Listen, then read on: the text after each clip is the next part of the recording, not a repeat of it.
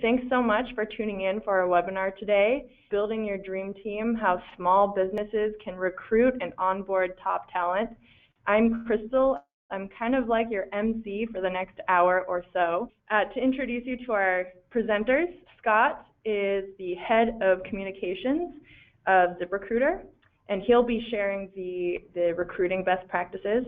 And ZipRecruiter is the fastest growing online employment marketplace connecting millions of employers and job seekers through innovative mobile, web, and email services. And so he'll be drawing on tons of industry knowledge and data around what makes a truly great and effective ad.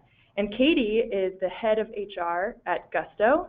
She'll be walking us through onboarding techniques and tactics. Gusto serves over 40,000 small businesses nationwide.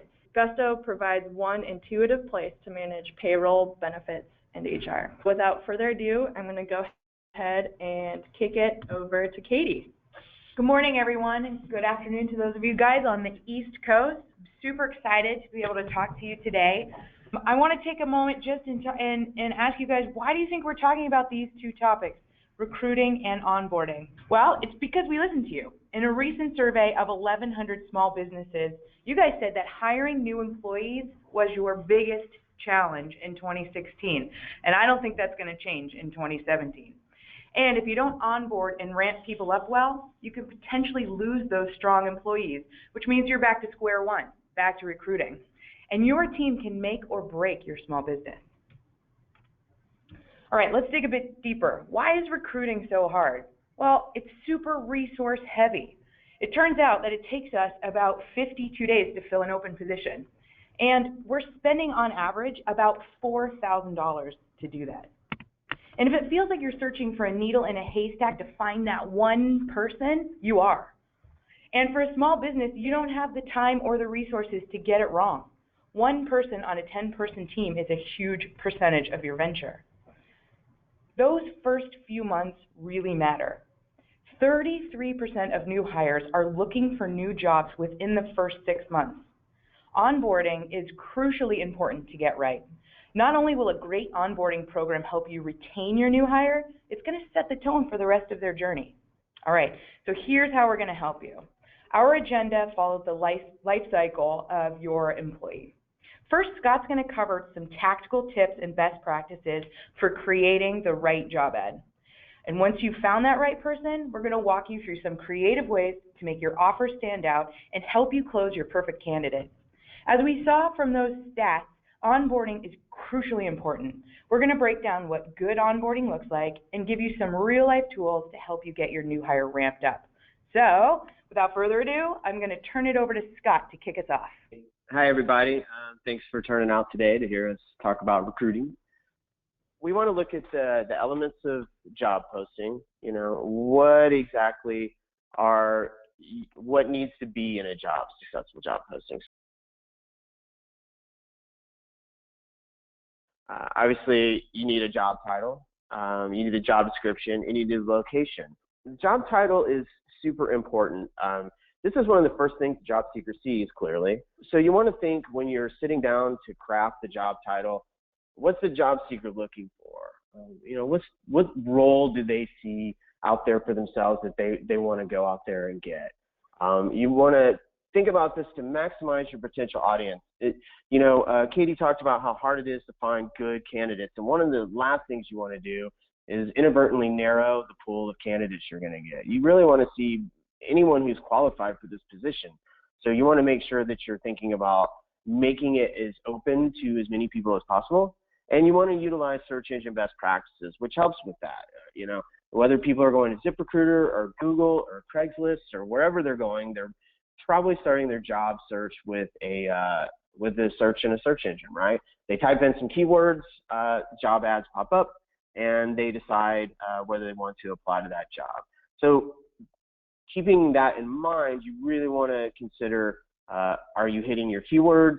Are you creating proper spacing? Are you avoiding special characters? And so let's look at job title, example 1 here. And you can see at the top, that's not a job title. That's a statement of fact. Hey, we're looking for a customer service representative. That is not a best practice.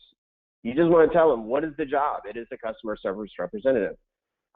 We have found, because we analyze millions of interactions between employers and job seekers every day, that the second title is going to get you more applications. So here's an example of someone who basically is just throwing in all kinds of stuff. This is definitely going to raise red flags to job seekers. They're going to look at this and think this is spam. First of all, there's dollar signs. That's a dead giveaway, that you're probably next going to be asked to wire money to a third world country. So you want to be careful about that. And you just want to say it's a sales representative job. Whatever it is, it's a C++ developer. That's it. That's all you need to say. You're not texting your friends. You don't want to throw a bunch of emojis in there. You really want to clearly communicate what the job actually is. Great. So the next element of a job ad, of course, is a job description, and this is critical, clearly. So you want to make sure you include things like, who are you? What's your company culture? Are you a small business that's essentially family-owned, and someone who is coming to work for you is going to be the only non-family member in the company? That's something that you need to communicate. Are you a 140-year-old company that's been around forever and has a very definite way of doing things? It's not necessarily something that's going to be dynamic or change often. You need to let people be aware of that. Or if you're a fast-growing startup, these are all things you want to communicate, because it avoids misunderstandings, and again, it will prevent turnover later down the road when people come into your company. They start their first day of work and they're like, wow, I wasn't prepared for this culture. You want a clear description of the role, qualifications and requirements. That's clearly, what skills do you need? Do you need a Java developer? They should know how to write Java. If you're looking for an accountant, they should probably have accountant certificates. Salary and benefits. And this is interesting because a lot of people say, well, I don't want to put salary in there. And we found, interestingly enough, that putting your salary in there, even if it's a range, is going to increase the number of applicants you get. But we really found that it's just better to be open and honest about it. Again, too, this sets expectations clearly, so there's no unfortunate, difference between you and the job seeker in expectations of salary. Someone wants $20,000 more than you're willing to give them. It's better to know at the outset. And highlight your perks, not just your benefits, but do you have flex time? Can people bring their dogs to work on Fridays? These are the kinds of things that aren't necessarily benefits, but they go a long way to making the sale to a job seeker that your company is a great place to work. And you want to use the right keywords for better matching. At ZipRecruiter, we have a skills taxonomy, and it's similar to other job boards. And even if you type your query into Google, people are going to search, I'm looking for, in my case, it would be public relations professional. So you want to make sure you have those keywords in there that would be applicable to public relations professional. The skills like maybe Cision and things like that. So you definitely want to think about all of these things in totality to make sure you create an awesome job description that gives a job seeker all the information really that they need to decide whether this job is for them. So this is actually an excellent example of a very clearly written responsibilities and requirements section of a job ad. You can see that you could go start at the top and work your way down these responsibilities and these required skills and characteristics as a job seeker, and you're at the end of it going to know exactly whether this job is right for you. I mentioned really a few slides back, gender keywords and the fact that you should avoid them. So let's go a little bit deeper into this. This is really fascinating. This is one of the things that we look at ZipRecruiter. We look at the interaction between job seekers and employers. What we found in this case is that job listings with gender neutral wording get 42% more responses. And you're probably asking, what is a gender keyword? Well, if you look at the right there, you can see, and this is from a study from a few years back, that there are keywords that have feminine or masculine associations. It's subconscious. It's not something that I think that people really sit down and think about when they're writing it, but it's the kind of thing that not thinking about it is going to hurt you. And it's interesting, the 5.6 more responses, that 5.6 can make the difference between a middling hire and an excellent hire. There's really no reason to reduce, inadvertently or not, the number of candidates that come into your pipeline. Here's some examples of bias phrasing and some better neutral wording. So you can look at bias phrasing. We're looking for strong people who thrive in a competitive atmosphere, candidates who are assertive. Instead, you could say we're looking for exceptional people, who are motivated by high goals, and candidates who are go-getters. Other examples of bias phrasing: we're a community of concerned, have a pleasant and polite style, nurture and connect with customers. You can focus more on things like we're team focus. Are you professional and courteous? Do you provide great customer service? So just making these tweaks and thinking a little bit about this, like at the outset when you're writing your job ad, is going to set you up for a more successful hiring campaign. When we talk to you about learning opportunities, people obviously work to make money, but they also work to feel good about themselves, to go to work, to put in a hard day's work, come home and feel like they accomplished something. So you really want to consider what a candidate would want. And you want to surface those things that your company provides for candidates that's going to, at the end of the day, make them feel better about themselves and set them up for, a growth in their career. So, for instance, autonomy. Do you enable people, empower people to make their own decisions? Here at ZipRecruiter, for instance, we really think of ourselves as sort of a company made up of entrepreneurs. So everyone is an owner of their area and is empowered really to go out there and just be successful. Skill variety. I mean, no one wants to sit there and just rubber stamp things all day, right? So you want to talk to them about the variety of skills, the variety of tasks they're going to be performing. Task significance. Everyone wants to feel useful. So let them know what this job or how this job fits into the overall company success strategy and how they'll actually be making a difference, impacting the bottom line, serving customers, whatever it is they're doing that's helping you, that makes them feel useful. Definitely include that in your job ad.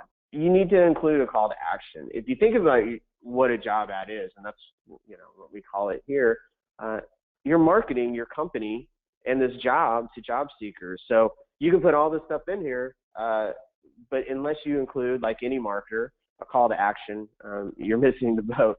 You really want to just tell them, hey, apply today, or send in a resume and cover letter. Explain to them and lay out clearly what the next steps are, what they need to do if they want this job, to let you know that they're interested. Location. You want to cast the widest net possible. You want to think about it in terms of not geo-spamming. And geo-spamming is essentially, let's say that we're in Los Angeles. So we could either create a job ad that said, we're looking for a plumbing associate in Los Angeles. Or we could put, we're looking for a plumber associate in Santa Monica, and Long Beach, and Pasadena, and Anaheim, and all these smaller cities that are part of the greater Los Angeles area. And actually, it turns out that it's just better. You'll get wider reach, and you'll get more applicants if you just include Los Angeles. That's all you need. You don't need to target it towards all the smaller cities in your metro area. And you want to use the actual office location within the body. And the reason why you want to do that is because people will want to calculate their commute. All right, let's pull it all together and look at some examples of some great job ads. So you can see on the left, I will say the job title is good, but everything else is bad. There is no sense reading this of what exactly the position entails in terms of responsibilities and qualifications. You can see on the right, the job seeker can just scan all the way down, and by the time they reach the bottom of this page, understand whether or not this job is for them and whether or not they want to apply. This is a great job ad. It's very similar here. They made an attempt to throw some things in there, some qualifications, some requirements, but again, it's jumbled. Bilingual is a plus, new grads welcome, there's a lot of exclamation points. It's not clear. So if you look at the one on the right, it's very clear exactly what is entailed in this job, the responsibilities and qualifications, and gives the job seeker, really all the information they need to decide whether or not to apply for this job. All right, let's talk about the screening process just a bit. You're going to get a lot of unqualified people, no matter how well you write your job ad, no matter how well you target it. There's always going to be folks who just don't read it, and they're just hitting apply to everything. So one of the ways that you can weed out those unqualified candidates is with an online interview. And essentially it's a deal breaker question is the way we think about it. It's just a binary yes/no question. If, for instance, you're looking for a C++ developer, you can just ask, do you know C++? If they answer no, you can put them in the rejection pile. It's a good way to gather additional information for quick review before you do your phone screen. These are some of the examples of online interview questions. If you're a traveling salesman and you're not willing to travel, then you're not going to work for this job. If it requires relocation and they don't want to relocate, then no good. How flexible are you willing to be? And what is the deal breaker? And lay those out in an online interview question, and it'll make the process much easier for you. And honestly, for candidates, I mean, it's problematic, you know, for job seekers as well to go down the road in an interview process and then find out, hey, it turns out there's just something that's just going to make this not work. We're going to go ahead and turn it back over to the good folks at Gusto to take us on home. All right, great. Thank you, Scott. That was a lot of great information. All right, guys, so now that you've got recruiting down and you've found your perfect candidate, what's next? As most of you know, even though you found the one, you still have to convince that person to like you as much as you like them. And if you found someone who is super talented, guess what? Other people have found this person too. In fact, 47% of declined offers in 2015 were due to candidates who accepted other job offers. So how do you make yours special? After all the time that you've invested in finding the right person, half of the time last year you had to make 2 offers in order to close 1 candidate. Before we get into how to make your offer super special, let's talk a little bit about compensation, because in many ways that is the core of your offering. When you're constructing an offer, you need to be able to sell the value of working for your business through a total compensation package, which is comprised of both of salary, but also all of the benefits that you guys offer. So in order to convincingly sell your offer, you should do your research. Compensation is different in every region and in every sector of the marketplace. But before you make an offer, take the time to do your homework and make sure that what you're willing to offer is going to be competitive. So there are lots of free websites that can help you get an idea of what the industry average is for your area. A couple of great ones that we like to use are Glassdoor and AngelList. Make sure that you know what your competitors are offering and what types of benefits are standard in your industry. And lastly, don't be afraid to ask your candidate what they're expecting in terms of salary and what benefits or lifestyle perks are most important to them. Take some time to ask them a question. What do they value? Are they looking for time with their family? Are they looking for growth and career trajectory? You know, sometimes benefits that are above the standard health insurance, PTO, and 401k match can really help define your culture and will have a big impact on your candidate's decision. So, are you a dog-friendly office? Call it out. Do you have Donut Fridays? Call it out. Make sure you highlight these lifestyle perks as part of the overall compensation package. All right, now that you're ready to make an offer, here are some things that you can do to make it stand out. First of all, let's take a second to celebrate the moment. Do something special. We're going to talk about what Gusto does in just a second. Make sure that as you're making the offer, you're highlighting the unique benefits of your company. Things like your mission, your brand, the skills you'll develop, your culture, and those lifestyle benefits, flexible hours, and any other thing that makes your company unique. Next, tell them why you selected them. Highlight their strengths, identify and communicate what their superpower is. What is it that they have that's going to make your company great? And then finally, support what they want. So again, hopefully in that interview process, you were able to figure out what the candidate values, what is important to them that's beyond compensation. On the offer call, spend some time emphasizing why your company can offer these things in a unique and different way. All right, here's some basic don't do's, right? Don't make the offer over email. Make sure you do it over the phone. If you do it over email, it's impersonal, and you'll lose that golden opportunity to share your excitement and to answer any immediate questions that they have. Make sure you do it yourself. If you're the hiring manager, it shows that you want them and you cared enough to take the time to recruit them. And last, if they counter, make sure you listen to it. Understand the underlying reasons and see if you can help them meet their goals through other means, like maybe more PTO. All right, I want to take a second and just briefly share what we do at Gusto, because it impacted my decision to join Gusto. I've seen it work on lots of other candidates that were on the fence. It's an amazing process and something that you can take right now and use in your own small business. Okay. So at Gusto, when we're ready to make an offer, we bring all of the folks together who have been involved in the recruiting process. This includes the hiring manager, the recruiter, anybody else who has interviewed the candidate. And we get on the phone with a prospective new hire, and we make the offer. The point of contact will make the offer. Something like, we're overjoyed to invite you to our Gusto family, and the room will erupt in cheers and hollers. And then we go around the room, and each person says one good thing about the prospective new person. And then everybody will leave the room, and the candidate and the hiring manager will talk through the actual offer details. Okay. Now that you've closed the candidate, because after that kind of an offer call, who could say no? Let's take a moment to talk about why onboarding really matters. It probably took you about 50 days to hire your employee. Remember that stat? During that time, what's happened? Well, work has been piling up, projects are put on hold. So on day one, you are probably feeling ready to just hand everything over. But it takes time for them to ramp up.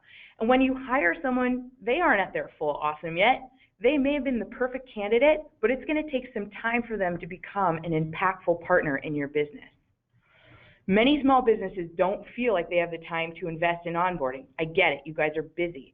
But hey, listen, the little things go a long way.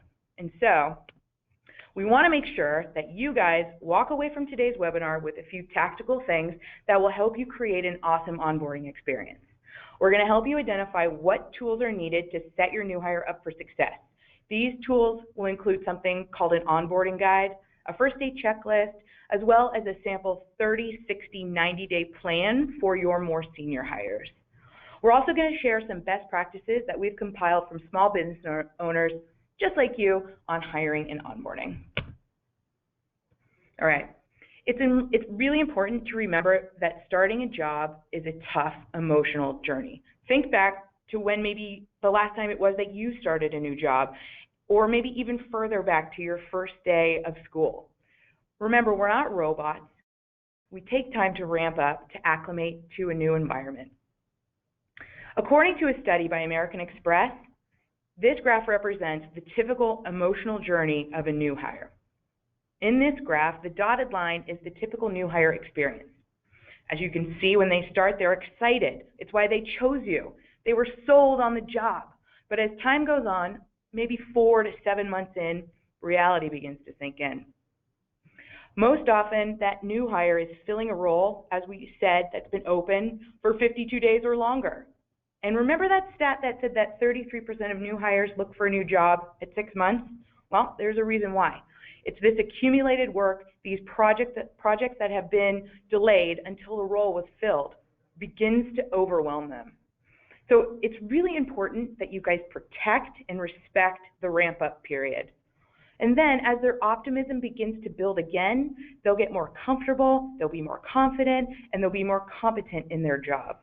So your goal as the small business owner is to aim for that solid line, to make the experience more consistent throughout so they aren't tempted to leave at 6 months.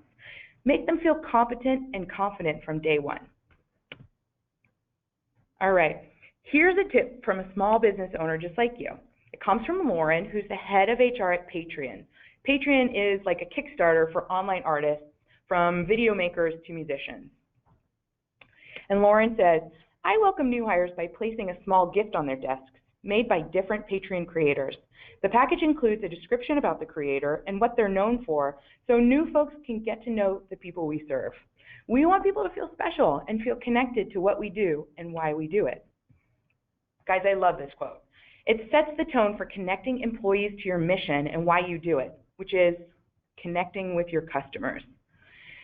This starts to get into onboarding, trying to get people excited about your mission both while making the offer, but also transitioning into their first day.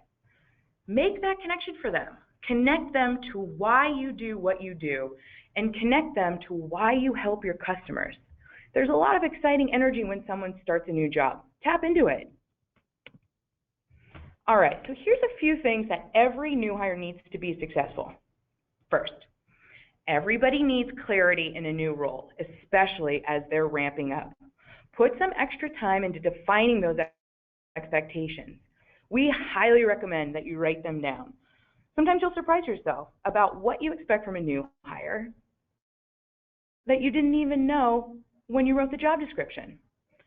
And communicate it with them, anything from a discussion to a written document. Second, it's important that a new hire feel a connection to the company's mission, values, and roadmap. All of this starts with understanding how the company has evolved over time. For companies who are still small enough, this could simply mean that the founder or the CEO or your president has coffee with each new hire and is able to share with them an oral history of your company. As you grow, you may want to take some time to record your company's history, maybe in a video or another sort of presentation, so you can easily share it as you scale. Third, finally make sure that you have a centralized and easy to find hub of information for the new hire. This could be a wiki, a handbook, an intranet, like a place where they can find all the tools they will need to ramp up. Whether you own a coffee shop or a construction company or a design firm, these three things are central to helping your new hire ramp up. All right, here's another tip. One reason why I really like this is because it helps your new employee feel a sense of empowerment and ownership over what they do. It'll help them create a sense of being a business owner. That gives you and that employee a space to discuss and tease out expectations. One of the leading ways that you can ensure that your employee is successful. Aligned values and expectations. All right. Let's take a moment to talk about who you guys are onboarding, because oftentimes the way you onboard totally depends on who you're onboarding. All right, for example, these are the four sort of main types of roles that we might expect to see coming in to a new company. And remember, these can be sort of swapped out. It doesn't matter if you own a coffee shop, if you own a law firm, a doctor's office. You know, think about how each of these people or these roles represent the people in your particular organization. So how is onboarding different for each of these different role types? Well, for example, an entry-level new hire may not understand the basic rules of operating in a work environment. They may need you to focus on basic things like email and meeting etiquette, as well as how to interface with customers and clients, or how to set and keep a deadline, or how to have proper time management skills. Now, an individual contributor who has had a few years of work under their belt is probably competent in the basic work skills. What they need is clear definitions for success, but they may not need the same hand-holding as an entry-level person. And let's say you're a construction company that's hired a manager-level employee who will be overseeing a small team. That manager needs to have time to get to know their team, and they probably need a little management guidance specific to your organization. And then lastly, if you've hired someone who is more senior, like bringing on a partner or a CFO for your business, you want to give them the information they need to be a true partner in that business. And lastly, make sure that you take a moment to share with all of your hires the invisible rules of your culture. For your office, invisible rules may include something like the fact that people appreciate it when meetings are scheduled to end 10 minutes before the hour to allow for a passing period. Or it may be how to successfully work with the top-level executive. It may be as much as, this is what you say when you answer the phone. Think about what the invisible rules are for your organization, and how can you communicate them to new hires. For every role type, understanding these rules will significantly decrease the time it takes to get fully ramped up. How do we proactively meet the needs of these different folks coming into the organization? Okay, so there are two really helpful onboarding tools that we're going to recommend for your teams. For entry-level and individual contributors, that's an onboarding guide, which will proactively outline what they need to be or what they need to have to be successful. We also recommend setting up a beginning project for them with clearly defined expectations and deadlines, something that helps them to get to know the people they'll be working with, as well as having a pre-established one-on-one check-in cadence with their new manager. For managers and executives, people who will be owning the programs, we recommend a 30, 60, 90-day ramp-up plan.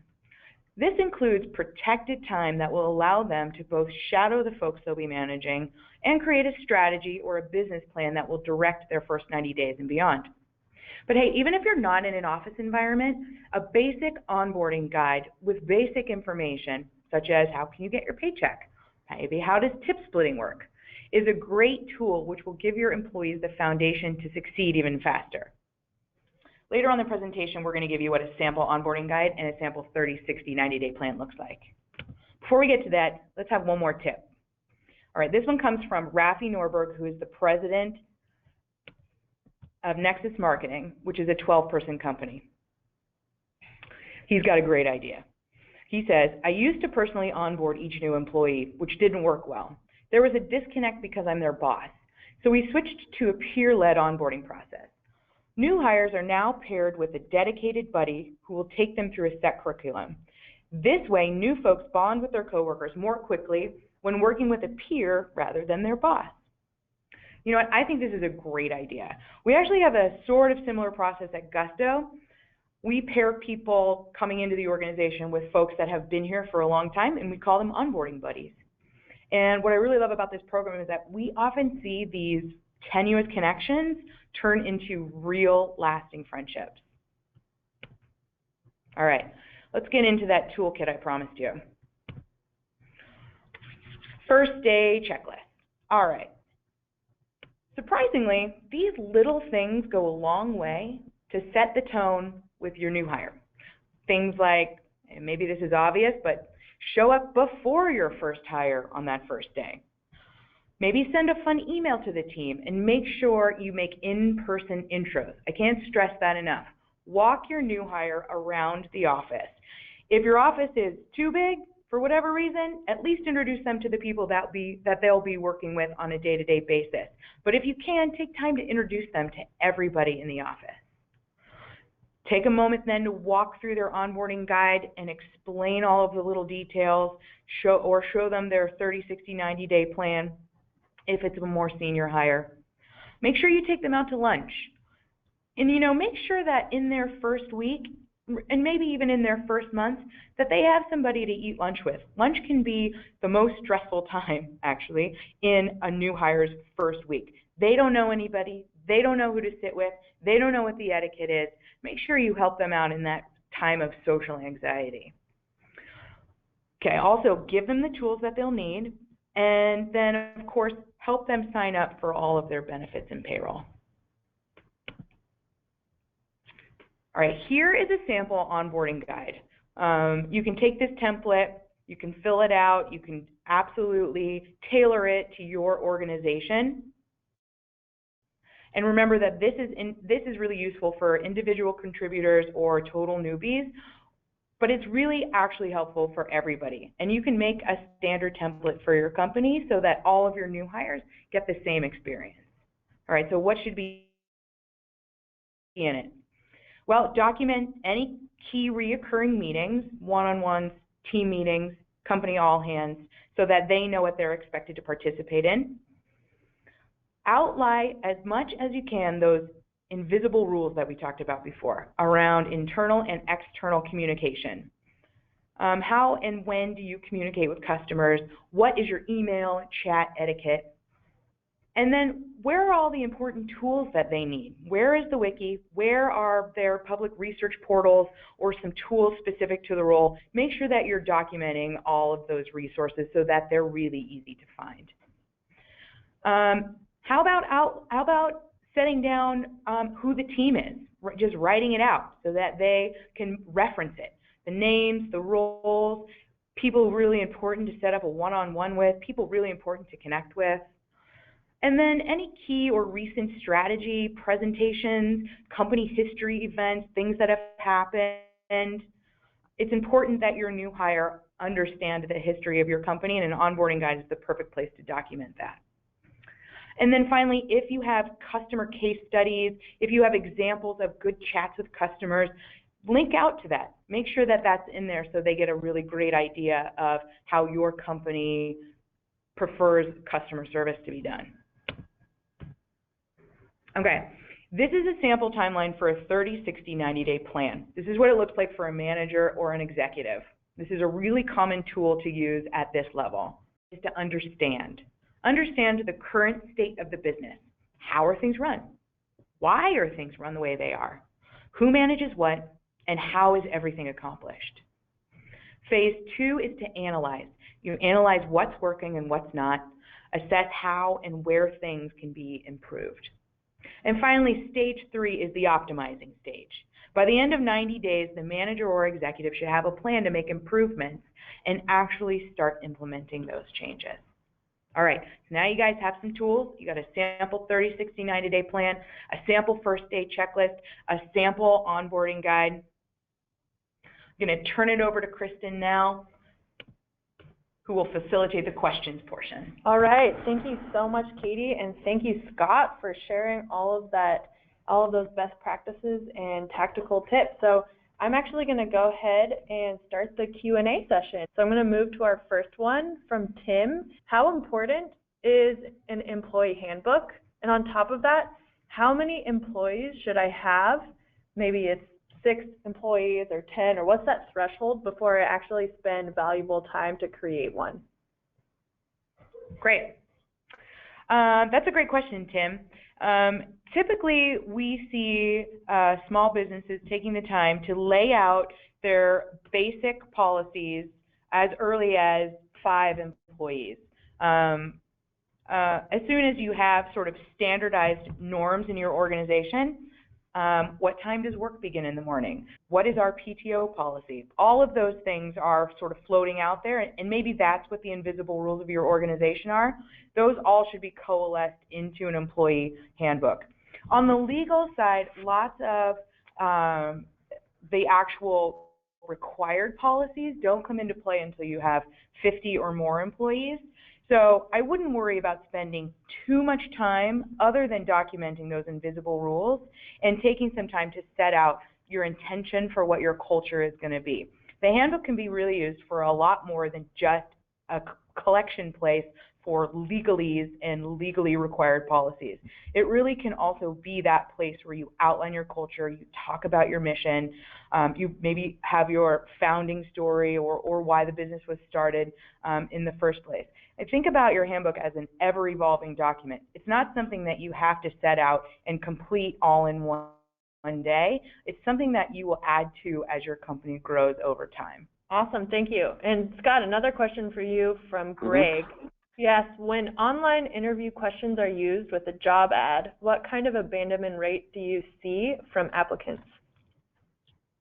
That's a great question, and I don't have the hard numbers in front of me, but I don't think you're gonna. It's not necessarily a sense of abandonment. It's a sense of, you guys are working through a process collaboratively. If you think about it that way, right? You're trying to make a connection, and you're trying to find out whether you guys are right for each other. It's almost like, dating in a way. So, it's really helpful. You're not pushing people away. You're just clarifying, whether or not this job is going to be a great fit for the job seeker and whether it's going to work for the company. And, again, I think why it's so important to consider doing that is it just reduces those sort of awkward moments that come farther along in the process of interviewing, especially if you're on the phone with someone, or they even get to the point where you bring them in for an in-person, and you just find out there's just this incompatible piece that's just going to absolutely prevent you from hiring this person. Everybody wants to avoid that. You don't want to waste anybody's time. So I actually see it as a good thing, not as something that you're forcing people to essentially abandon. You're just clarifying a situation. Great point. We have a question from Karina. So Katie, how do you successfully onboard a manager level new hire to a role that manages legacy employees? Yeah, that's a really great question. We actually think a lot about that here at Gusto. So let's call out what the main problem is with legacy employees, or what the main problem can be. Oftentimes, they've gone without a manager for a while. They're used to operating with like a higher level of autonomy. Maybe one of them perhaps thought that they should have been the manager, and then are a little disaffected because you hired from the outside. So the ways that we strive to mitigate these issues, a couple things. One, we do a lot of work with the team before we bring a new leader on. We make sure that that they're ready for the new leader, and simply what we'll do is just get them in a room, talk about what their sort of issues have been, do a general debrief on their old manager or outbound manager. And then two, we really try to get them invested in the hiring process. So everybody on that team that's going to get a new leader is going to have a say in the hiring process. They're going to be an interviewer. And if it's a big team, you can do a panel interview, or you can have that team designate one person to be the interviewer who represents the team. Getting them involved early and letting them help you select the new leader is going to make the transition really easy. And then finally, we do some work with the inbound manager. They're going to get a full debrief of how the team has been functioning, why the old manager is no longer there, maybe who stepped up to take the lead in the meantime, in the interim. And then we're going to do like lots of check-ins with them as in that 30, 60, 90-day plan to make sure that everybody is assimilating together. Awesome, thank you. We have another great question that really gets at the heart of salary and compensation. So Lady asks, we have a reputation for being a great place to work, but the lowest payer amongst our competition. How do we recruit around that reputation? So I think this could actually be a question for either one of you. Scott, do you have any thoughts? Yeah, I do. I think this is what we talked about when you're advertising your job, and you are advertising your job, you're advertising your company. You can speak to the things that differentiate your company outside of salary. It could be that you're in a growth phase and there's a potential to quickly move up the ladder. Or it could be that, as a young company, there are opportunities for people to come in and actually lead on key projects without having to work their way up the ladder. So, or it could be that you're just very flexible with your schedule and people can work from home 3 days a week, or they can easily take time off to go pick their kids up from school. I mean, work-life balance is a huge issue for a lot of folks. So, there's a lot of things that go into the decision to apply for a job and then later accept, any offer that don't directly relate to salary. I mean, of course, salary is important, but, you just really should market all the great things about your company outside of your pay. Yeah, Scott, that's great. And I would add also, your mission needs to be a huge part of your offer. Especially if you are in the lower quartile of pay, you need to make sure that your mission is a very convincing part of your offer so that you get folks that are mission driven and not just wanting a job and then sad about the salary when they get there. Yeah, that's a great point. So we have another question from Cindy here. How do you feel about using video as part of the orientation? We go over our entire handbook with every new hire and it gets a bit tedious. So I'm considering using video to help with this portion. I think that's a fine idea, Cindy. What we do at Gusto actually is pull out just what we feel like are the most important pieces of our handbook, and we actually put that in front in a separate slide presentation, and we hit those highlights. There's a lot of legalese that goes on in a handbook, and quite frankly, we don't need to go through it with every single new hire. As long as you're hitting the major points, specifically the things that have to be called out on their own, the anti-harassment section, the code of conduct if you have one, your whistleblower or complaint policy if you have any of those things. And then the rest of it really is, I keep talking about the invisible rules, but that's really what you want folks to get out of your handbook. If you have, what's your attendance policy, what's your PTO policy, you can just call those out sort of in a separate, like we do like you said, separate slide presentation, and then we give them the handbook, of course, to acknowledge at the end. But I think a presentation is a great idea, especially if you're doing lots of one-off onboardings and you don't want to have to repeat yourself. And a good tip about that, at Gusto, we've actually batched our onboarding. So we only onboard folks once every 2 weeks. We onboard them on a Thursday. They go all day through an orientation Thursday. They go through team-specific training on a Friday. And then on Monday, they're ready to go and hit the ground running that Monday morning with their team. Great. Another question from Isabella.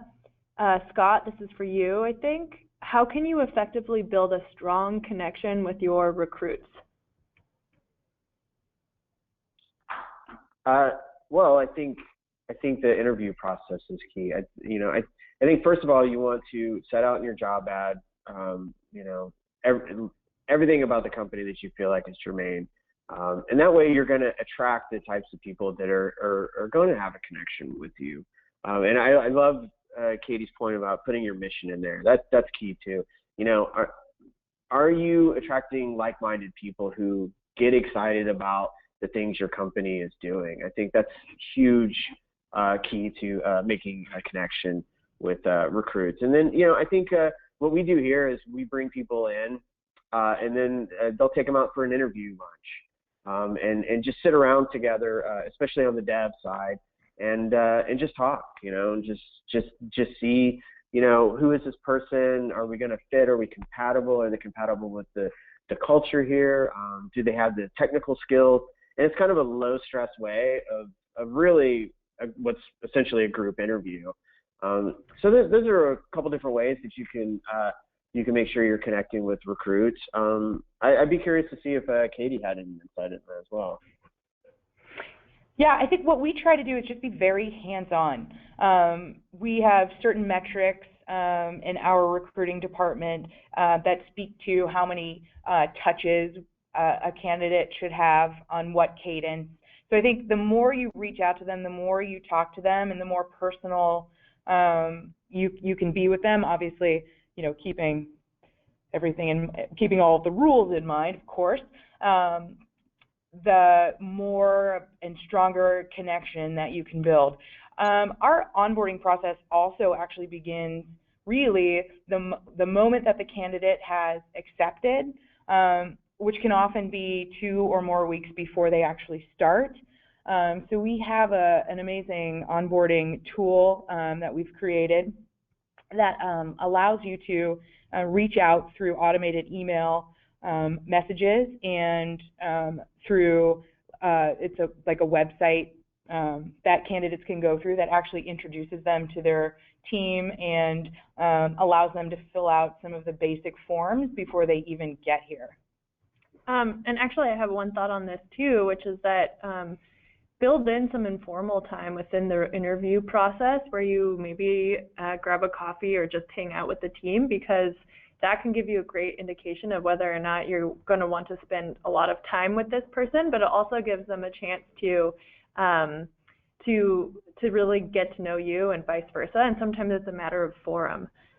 We have we're bumping up on the end here, so this is maybe our second to last question. It's from Tanya, and she has a great one around a new position. So how do you onboard a new candidate for a position that is new in an industry? Well, I think you just want to take some time actually to introduce them to the industry. We often in tech have candidates or new hires that come in that have never worked in tech before. It is a little bit different, as I'm sure each industry is unique and special in its own way. And so we really take some time to help them acclimate. We maybe use tools that other companies don't use, so we will take some time to show them how to use these tools. And in general, we get them set up with a group of folks that they can begin to make a connection, begin to have a relationship with, that have been in the industry for a while.